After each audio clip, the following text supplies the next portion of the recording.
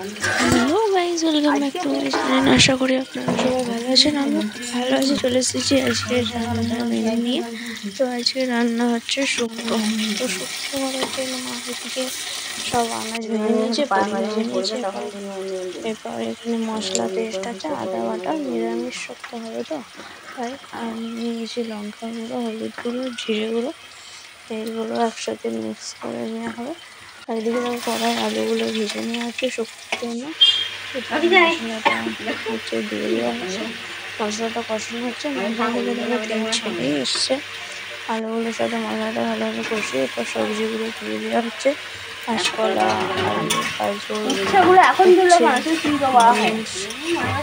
দিয়ে দিয়ে এবার মশলাটা সবজির সাথে সবজিগুলোর সাথে ভালোভাবে কষিয়ে নিয়ে জল দিয়ে দেওয়া হলো। ভালো কষিয়ে নিচ্ছে।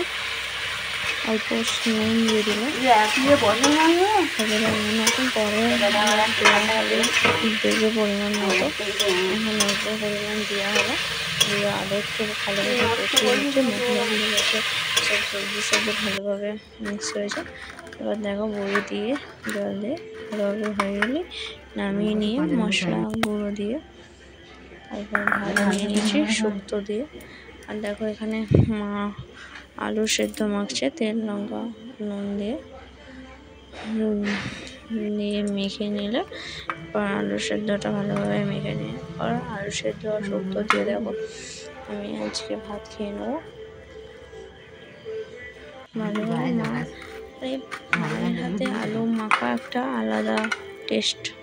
তোমরাও জানিও কার কার মায়ের হাতে আলু মাখা খেতে ভালো লাগে। এই আলু